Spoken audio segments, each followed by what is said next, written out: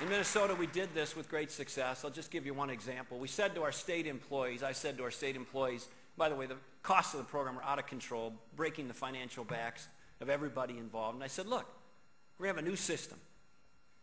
You can go anywhere you want, but if you choose to go somewhere that's extra expensive and has really poor results, you're paying more. And if you choose under the program this government's paying for to go somewhere with good results, that's more efficient, with better results, you'll pay less. Guess what they did?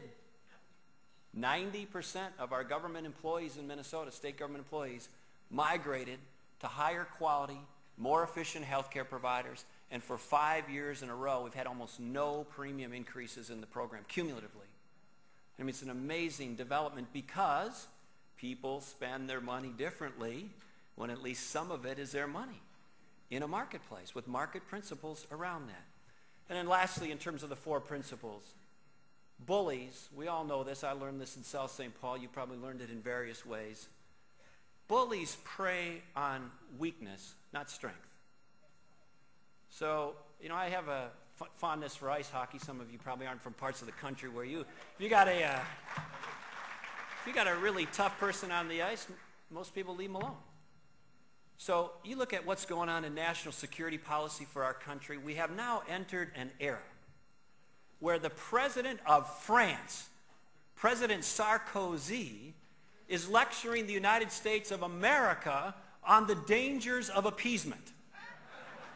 We have entered a new era. That is like, you know, AIG lecturing us on financial responsibility. I have a message for President Obama. And my message is this. Mr. President, no more apology tours and no more giving Miranda rights to terrorists in our country.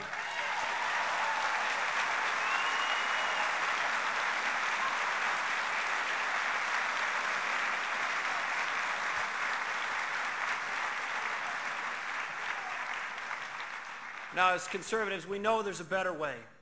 The patriots in this room and patriots around this country are sounding the alarm and rising up. And we also have a message for liberals.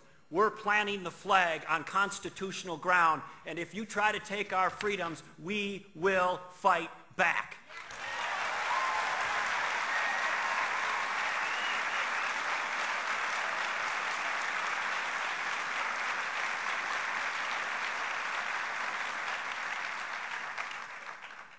President Lincoln, during the most challenging moments of the Civil War, was encouraged to fire General Grant.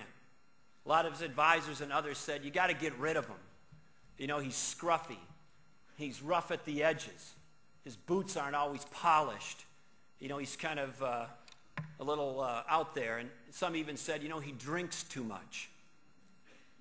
Well, when you listen to the elites and the pundits talk about the Tea Party movement, or they talk about us as conservatives, they may not always say it explicitly, but implicit in their comments are, you know, maybe they're not as sophisticated because a lot of them didn't go to the Ivy League schools.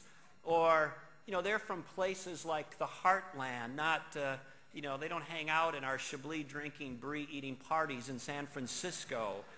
You know, they're a little rough around the edges, and they got these homemade signs, and they don't, you know, dress like us. And they actually enjoy shopping at Walmart and Target, Sam's Club Republicans.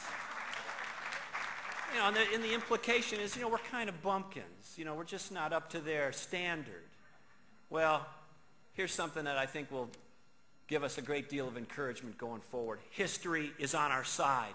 The Constitution is on our side. We're on the side of freedom. We're on the side of individual responsibility. We're on the side of free markets. We're on the side of the rule of law. We're on the side of limited government. And like Grant, we fight.